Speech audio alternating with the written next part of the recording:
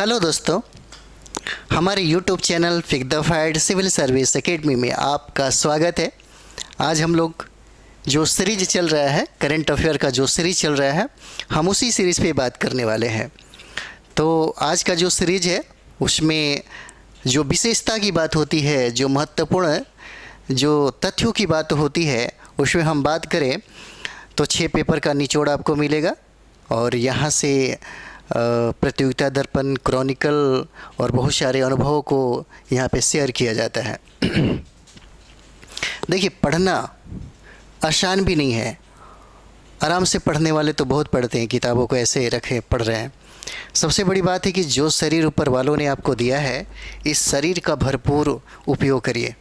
कहने का मतलब है आप सुपर एनर्जी से लबालब हैं, लेकिन अगर इसका इस्तेमाल कहीं दूसरे जगह करेंगे तो फिर आपकी सफलता कहीं ना कहीं बड़ा दूर हो जाएगी।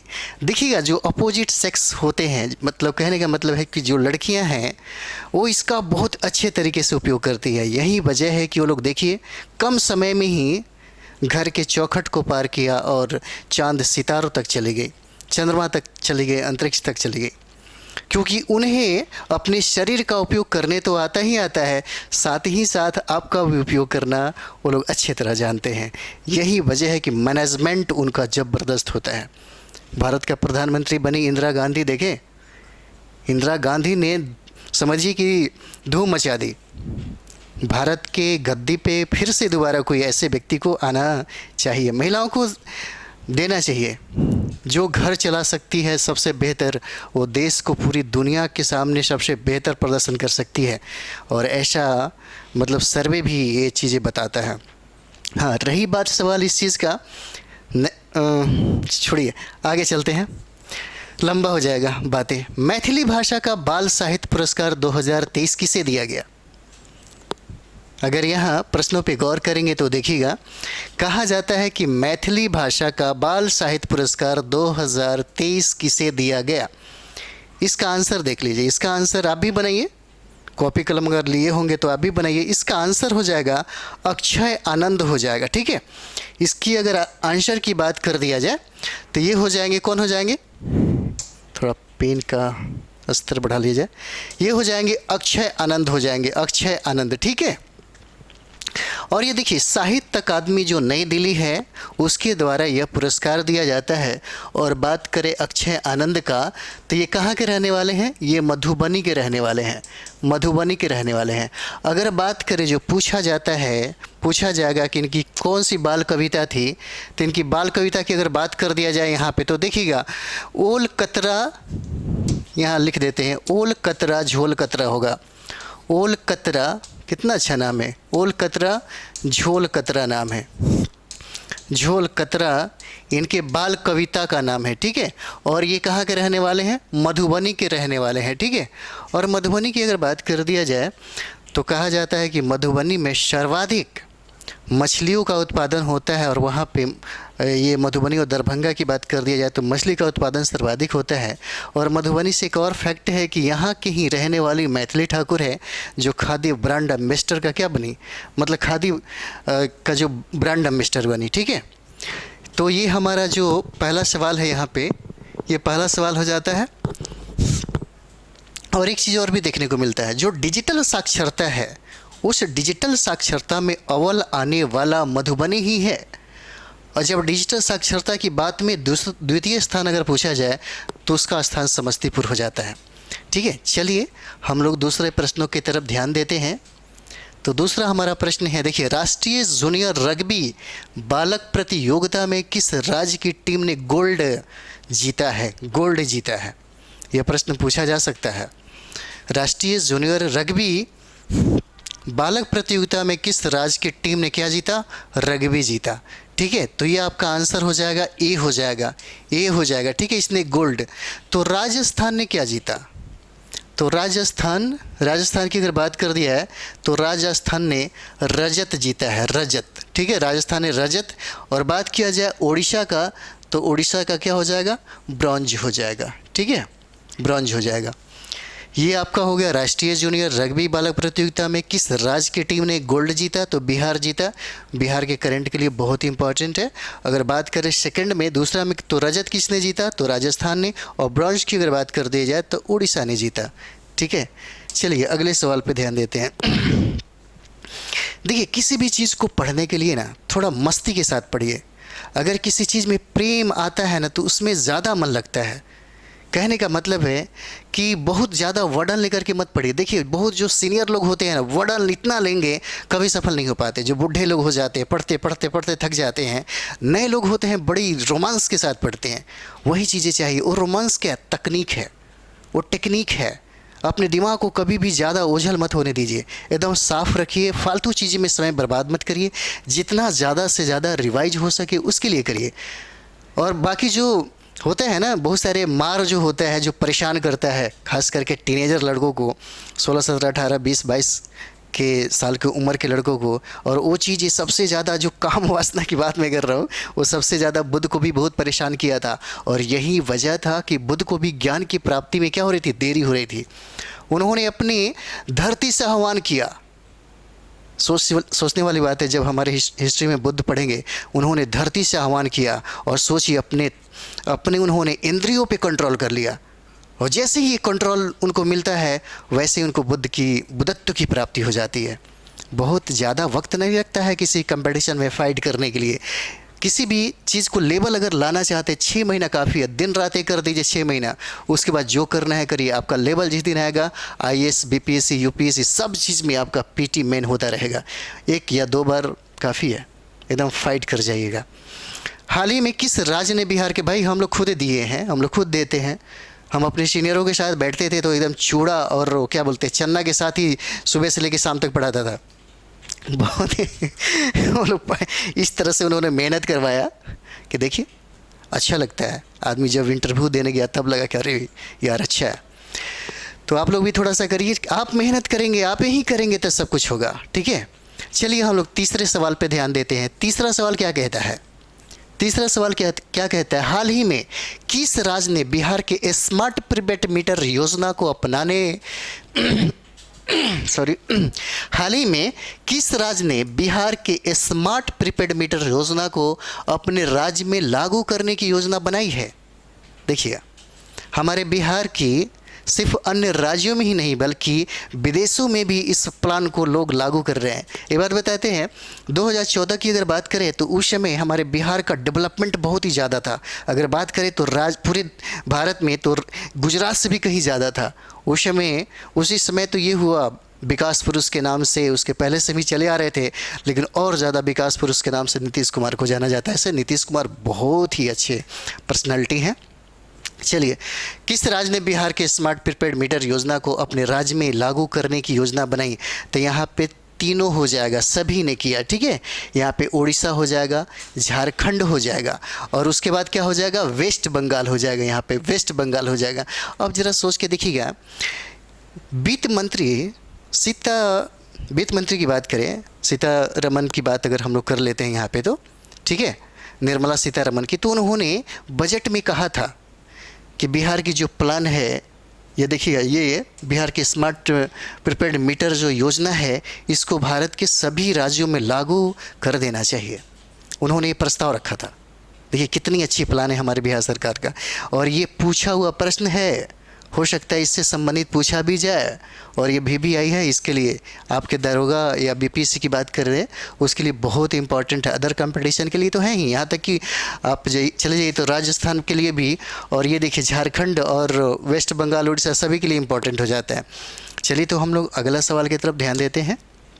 चौथा सवाल क्या कहता है, किस देश ने अपना पहला open source computer operating system launch किया।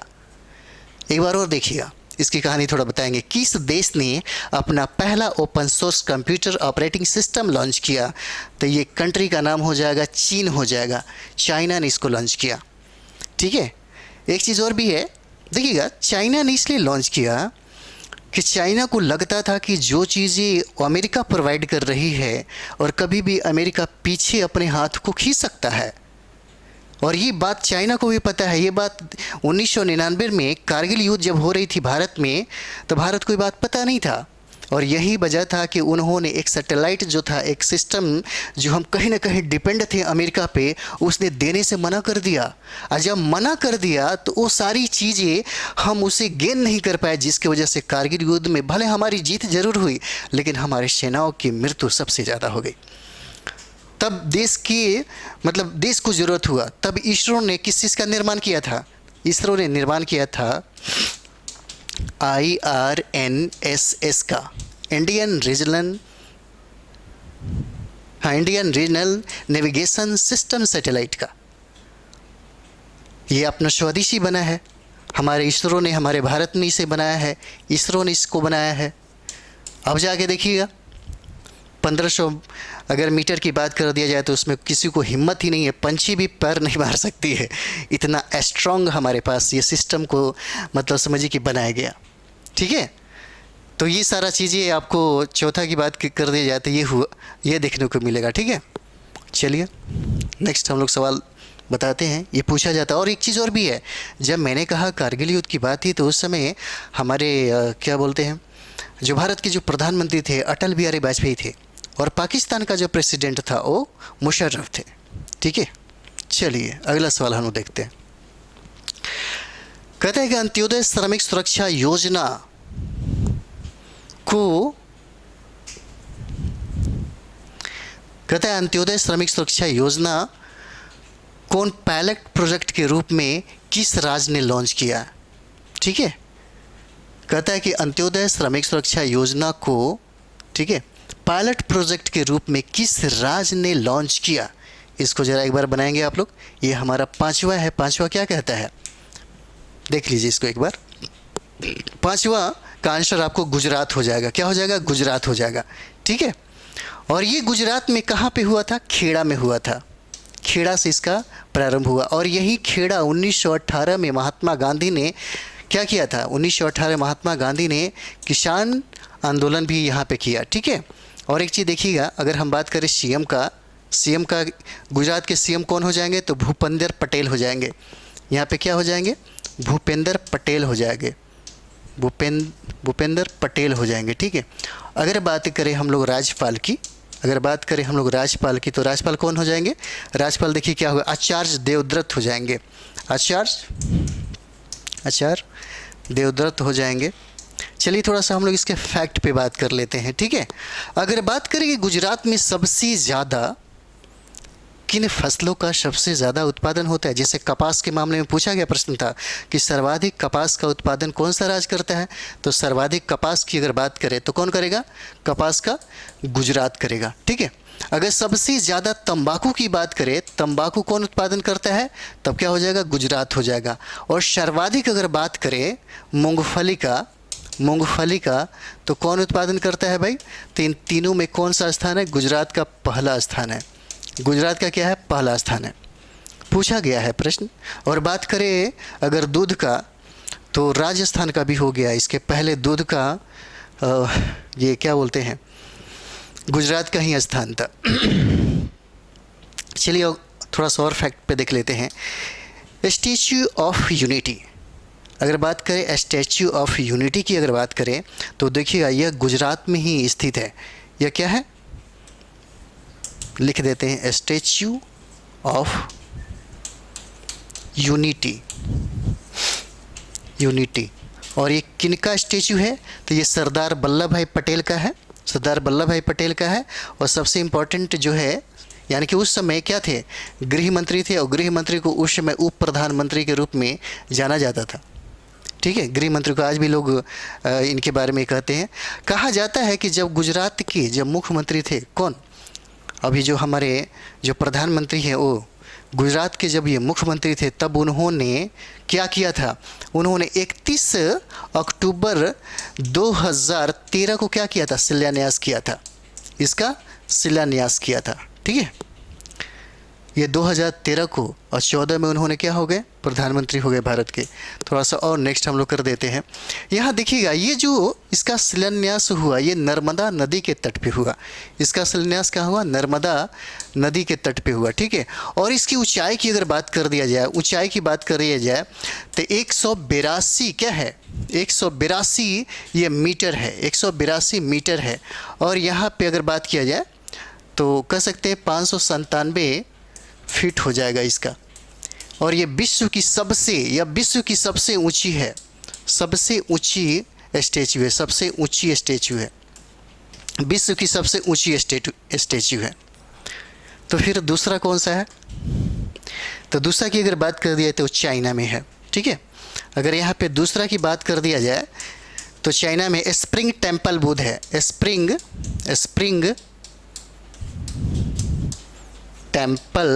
टेम्पल बुद्ध हो जाएंगे। और इनकी मूर्ति बनी हुई है सबसे ऊंची। इस तरीके से अगर ये स्टैचू ऑफ यूनिटी अगर न होता तो चाइना का जो बुद्ध का जो स्टैचू है विश्व में नंबर 1 पे था। अब आपका कौन सा आ गया, अब आपका पटेल साहब का आ गया। चलिए हम लोग अगला सवाल देखते हैं, अगला सवाल पे ध्यान देते हैं हम लोग। चलिए छठा कहता है कि लॉजिस्टिक प्रदर्शन सूचकांक 2023 में भारत का कितना स्थान है। अभी हाल ही में आया है, आज के पेपर में आप देखे होंगे, आप कोई भी पेपर पढ़ रहे होंगे, क्योंकि पेपर एक बार ज़रूर पढ़ा करिए। पेपर नहीं पढ़ेंगे तो फिर मुश्किल हो जाएगा। पता है क्या होता है, इश्क जो अगर करते हैं ना कोई चीज़ से, तो उसमें कभी कभी दिल और दिमाग लगाया करिए, ये बहुत ज़रूरी होता है। इससे आप ही का फ़ायदा होता है। हम एक हिंदी साहित्य के प्रोफेसर थे, मतलब समझिए कि बिहार के टॉप क्लास के थे। वो कहते थे कि पढ़ना बहुत ही मुश्किल काम है, लेकिन उस समय हम लोग को लगता था कि नहीं, सबसे आसानी काम है। तो इसमें कौन सा स्थान हो जाएगा, देख लीजिए एक बार, देखिए इसको। लॉजिस्टिक प्रदर्शन सूचकांक 2023 में भारत का कितना स्थान है। स्थान इसका हो जाएगा 38 हो जाएगा, इसका स्थान हो जाएगा 38 स्थान हो जाएगा। अगर बात करें इसको जारी कौन करता है, तो जारी करने वाला का ज़रूर याद रखिए, जारी करने वाला कौन है, विश्व बैंक है। विश्व बैंक के द्वारा इसको जारी किया जाता है, ठीक है। अगर बात करें इसमें प्रथम स्थान किसका है, प्रथम स्थान अगर किसका है तो सबसे पहले ये ध्यान दीजिए, सिंगापुर और फिनलैंड का है। सिंगापुर और फिनलैंड का स्थान है, फिनलैंड का, ठीक है, फिनलैंड का स्थान है, ठीक है। लॉजिस्टिक प्रदर्शन सूचकांक जारी कौन करता है, विश्व बैंक द्वारा जारी किया जाता है, ये बहुत ही VBI है। और भारत का स्थान कितना है, ये 38वां स्थान है। और बात करें प्रथम स्थान किसका है, सिंगापुर और फिनलैंड का, ठीक है। चलिए अगले सवाल की तरफ हम लोग ध्यान देते हैं। कहता है कि तीसरा क्वाड शिखर सम्मेलन, ये मेंस में भी पढ़ने को मिलेगा। तीसरा क्वाड शिखर सम्मेलन किस देश में हुआ, किस देश में हुआ। इसका आंसर आप लोग देखिए फटाफट, आप लोग भी गेस कर सकते हैं। तो इसका आंसर हो जाएगा, कौन हो जाएगा, ऑस्ट्रेलिया हो जाएगा। अगर बात करें क्वाड की, तो क्वाड की स्थापना 2007 में हुआ था और इसमें ये सारे देश मौजूद थे, ठीक है। तो सबसे बड़ी बात है, लेकिन इसमें चीन को शामिल नहीं किया गया। और चीन को बहुत ही ज़्यादा डर हुआ कि लगता है कि मुझे हिंद प्रशांत क्षेत्र में घेरा जा रहा है, ठीक है। और सच कहा जाए कि उद्देश्य ही कुछ अलग था, कुछ और था, ठीक है। भारत को कभी कभी ऐसा लगता है कि हम ही से होता है ना, इस तरह से भी कहावत है, तुम ही से मोहब्बत नहीं, तुम ही से मोहब्बत तुम ही से लड़ाई वाली बात होता है, हम ही से मोहब्बत हम ही से लड़ाई, वही वाली बात है। तो ये देखिएगा, ऑस्ट्रेलिया हो जाएगा, भारत हो जाएगा, जापान हो जाएगा और अमेरिका हो जाएगा। ये आपका 2007 में क्या होता है, 2007 में क्या होता है, गठन होता है। अगर बात करें इसका, अगर इसका मुख्यालय की बात करें तो ये हो जाएगा ब्रुसेल्स में, ठीक है। अगर इसके मुख्यालय की बात करें तो क्या होगा, ब्रुसेल्स में हो जाएगा। ब्रुसेल्स में इसकी मुख्यालय हो जाएगा। और ये देखिएगा, क्वाड में ये चारों जो कंट्री है, चारों जो कंट्री जो है, ये बहुत ही इंपॉर्टेंट है, ठीक है। और ब्रुसेल्स मतलब बेल्जियम, ठीक है। तो अगला सवाल पे हम लोग ध्यान देते हैं। आइए अगला सवाल हम लोग देखते हैं। अगला सवाल क्या कहता है, विश्व पृथ्वी दिवस का थीम क्या है। ये विश्व पृथ्वी दिवस का थीम है आपका ए हो जाएगा, हमारे ग्रह में निवेश करें। क्या, हमारे ग्रह में निवेश करें। हमारे ग्रह में निवेश करें। अभी देखिएगा आज के दिन में आप देखिएगा चंद्रयान 3 जो है उसको लॉन्च किया गया और ये बहुत ही सफलतम लॉन्च कहा जा सकता है। देखिएगा अगर ये अपनी सफलता की कहानी अगर गढ़ता है तो हम भारत मतलब हमारा जो भारत है विश्व के समझिए कि सबसे ताकतवर देशों में हम अपने आप को शामिल कर लेंगे और हमारे लिए बड़ी गर्व की बात है। और आज ही के दिन में अगर बात करें तो देखिएगा जो फ्रांस गए हैं हमारे जो प्रधानमंत्री हैं नरेंद्र मोदी साहब, उन्हीं को वहाँ पे लीजन ऑफ जो कहा जाता है ऑनर जो है फ्रांस की सर्वोच्च जो सम्मान है उससे उनको सम्मानित किया गया है, नवाजा गया है। ठीक है, चलिए आगे देखते हैं। विश्व पृथ्वी दिवस का थीम क्या है? तो हमारे ग्रह में निवेश करें। ये क्या कहता है? हमारे ग्रह में निवेश करें। ठीक है, हमारे ग्रह में निवेश करें। चलिए अगला सवाल हम लोग देखते हैं। यहाँ पे अगला सवाल क्या आता है? तिलक के 103। ये देखिए बहुत इंपॉर्टेंट सवाल है, ये वाला बहुत ही इंपॉर्टेंट सवाल है, ये आप लोग देख लीजिएगा। कहते हैं तिलक के 103 पुण्यतिथि पर 1 अगस्त 2023 को लोकमान्य तिलक राष्ट्रीय पुरस्कार से किसे सम्मानित किया जाएगा? एक बार और प्रश्न देखिए। तिलक के 103 पुण्यतिथि पर 1 अगस्त 2023 को लोकमान्य तिलक राष्ट्रीय पुरस्कार से किसे सम्मानित किया जाएगा? इसमें आपके 4 ऑप्शन है लेकिन आंसर इसका नरेंद्र मोदी हो जाएंगे। इसका आंसर क्या हो जाएगा? इसका आंसर आपको नरेंद्र मोदी हो जाएगा। ठीक है, और एक बात करें कि ये जो पुरस्कार है ये पुरस्कार है इसके पहले यानी कि नरेंद्र मोदी को मिलने के पहले 2 लोगों को प्राप्त है। 2 लोगों में कौन कौन है? तो पहला इंदिरा गांधी हो जाएंगे और बाद की बात किया जाए तो अटल बिहारी वाजपेयी हो जाएंगे। चलिए इसके पहले की बात कर दिया जाए तो ये इंदिरा गांधी को भी प्राप्त हुआ है, इंदिरा गांधी को भी प्राप्त हुआ है। ठीक है, और दूसरा हमारे जो अटल बिहारी वाजपेयी हैं, अटल बिहारी जो वाजपेयी हैं, वाजपेयी उनको दिया गया। अगर बात करें बहुत सारे नेताओं में तो इनकी जो भाषण है हमें बहुत पसंद है, बहुत ज़बरदस्त बोलते हैं, मुझे बहुत पसंद है। तो समझिए कि ये मतलब समझिए कि ये हो गया। अब बात करते हैं हमारा जो लास्ट प्रश्न है, जो अंतिम प्रश्न है उस पर हम लोग बात करते हैं। देखिए भारत कितने वर्षों के बाद, ये भी बहुत इंपॉर्टेंट है आपके लिए। देखिए प्रश्न तो बहुत सारे हैं लेकिन हम वही चीज़ें लेके आते हैं जहाँ से लगता है कि शायद पूछा जाए। बहुत सारे करंट तो क्या है, एक समंदर है, मतलब बहुत इसका जो स्कोप है बहुत ही व्यापक है, बहुत ही विस्तारित रूप में इसका अलग ही अपना मतलब वजूद है।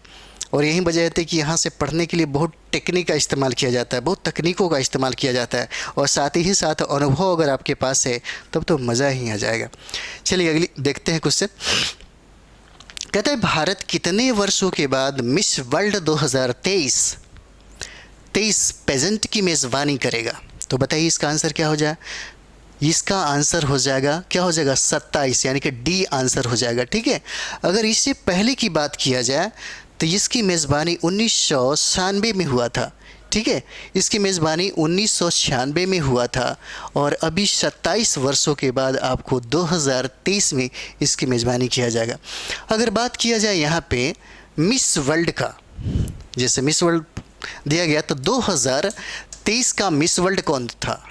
ठीक है, कौन थी मिस वर्ल्ड, कौन थी 2023 का? तो यहाँ पे देखिए कैरोलिना विलास्कोवा थी। कैरोलिना विलास्कोवा। ठीक है, लेकिन एक प्रश्न जरूर पूछा जाएगा कि प्रथम मिस वर्ल्ड कौन थी भाई? प्रथम मिस वर्ल्ड तो देख लीजिए यहाँ पे प्रथम मिस वर्ल्ड की अगर बात कर दिया जाए, पूछा जाएगा कि प्रथम मिस वर्ल्ड भारत की कौन थी? तो प्रथम मिस वर्ल्ड जो थे रीता फारिया नाम था उनका। अगर प्रथम मिस यूनिवर्स की बात कर दिया जाए तो अभी एक्ट्रेस है जिनका नाम है सुष्मिता सेन।